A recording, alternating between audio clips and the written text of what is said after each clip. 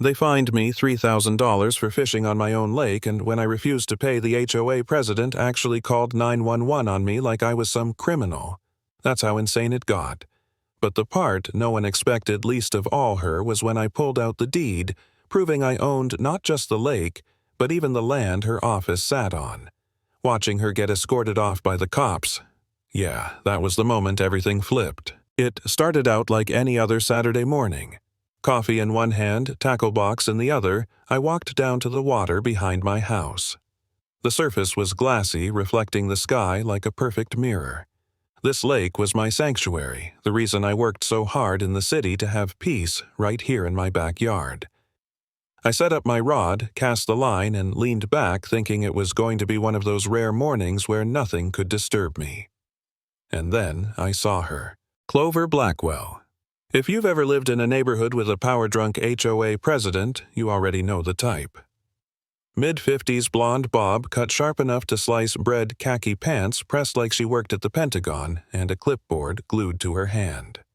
She strutted across my lawn like she owned the place, heels digging into my grass lips curled in a smirk that made my blood pressure rise. "Mr. Miller," she snapped like she was about to scold a child. "This is your final chance to comply with community standards." She shoved a paper in my face like she was serving me divorce papers. Big red letters screamed, "Final Violation Notice." I read down the page and my jaw locked.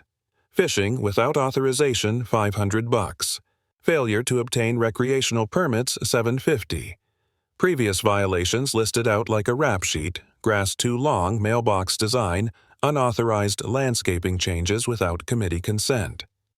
And there it was at the bottom. Fine was $3,000. "You're charging me $3,000 for fishing?" I asked, voice low, and even though my knuckles went white around the rod handle, her grin widened like a cat about to swallow a bird. "Community bylaws are crystal clear. Unauthorized water recreation is strictly prohibited. It's all right here." She tapped her binder like it was the Holy Bible. Neighbors had started noticing. Mrs. Peterson next door was pretending to water her already soaked flowers, and the Wilson kids froze mid-bike ride staring through the fence slats. I felt like an exhibit at the zoo. Clover, meanwhile, was in her element, clipboard, raised voice booming about flagrant disregard for community rules. I asked the question that had been bugging me for months. "So, you're saying the HOA has jurisdiction over my backyard and this lake? You got a deed to back that up?" For the first time, her eyebrows twitched. Just for a second. But she recovered fast, chin high. "The board has been more than patient with you. Multiple warnings, payment plans, guidelines, you've chosen to ignore them all. This is the end of the line." Something in me wanted to laugh at the absurdity. Another part wanted to break that clipboard over my knee. Instead, I told her flatly, "If you think you've got a case, Clover, make the call." And she did. Right there, she pulled out her phone and dialed 911 like she was reporting a terrorist attack. "This is an emergency," she told the dispatcher voice trembling with theatrical urgency. "This man is aggressive, threatening, refusing to comply with community standards." I leaned back in my chair, rod still in the water, sipping my coffee like I was watching a bad sitcom. The dispatcher asked if she was in immediate danger. Clover hesitated, then doubled down with even more dramatic nonsense. By now, half the neighborhood was peeking out their windows or creeping closer. Phones were out. Someone whispered, "World War HOA." When the squad car finally pulled up, lights flashing, Clover puffed up like a peacock.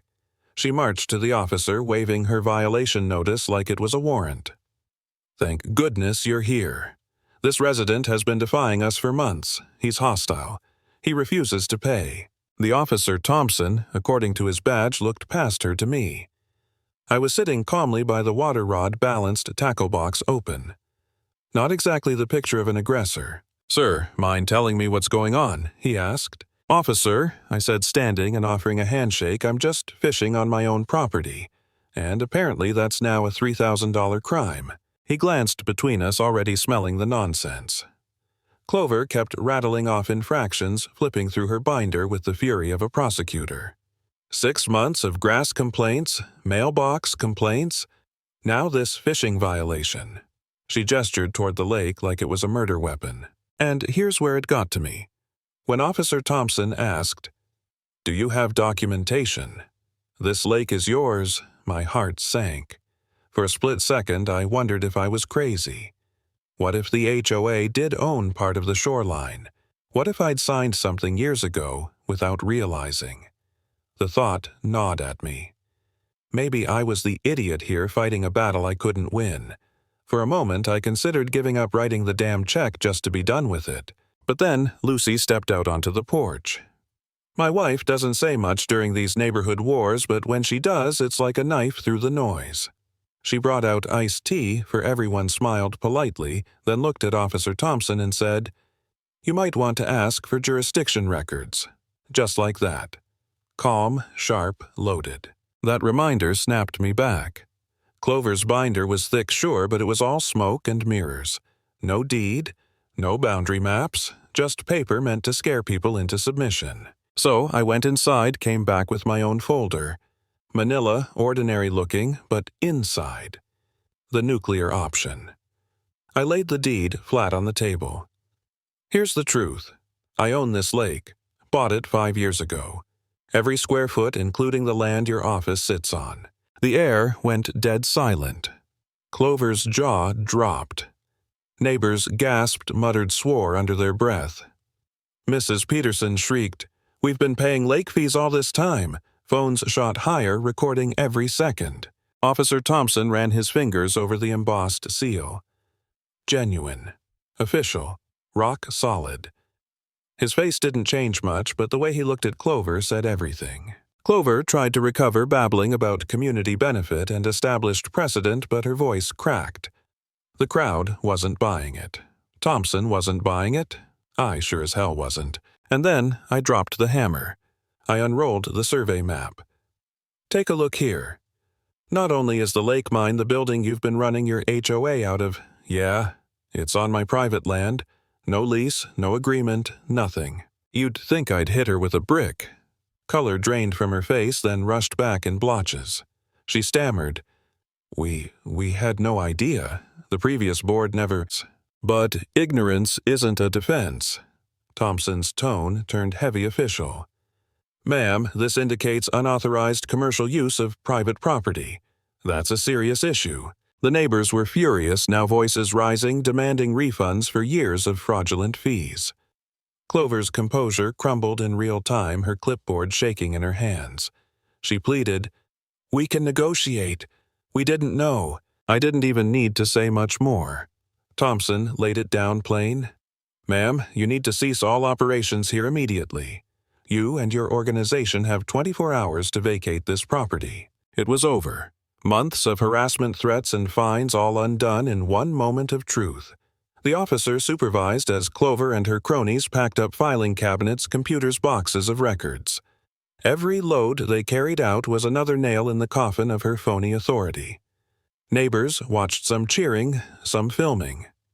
The woman who fined people for mailbox paint colors was now being evicted herself. I sat back down on the dock line in the water, watching it all unfold like the best live entertainment I'd ever had.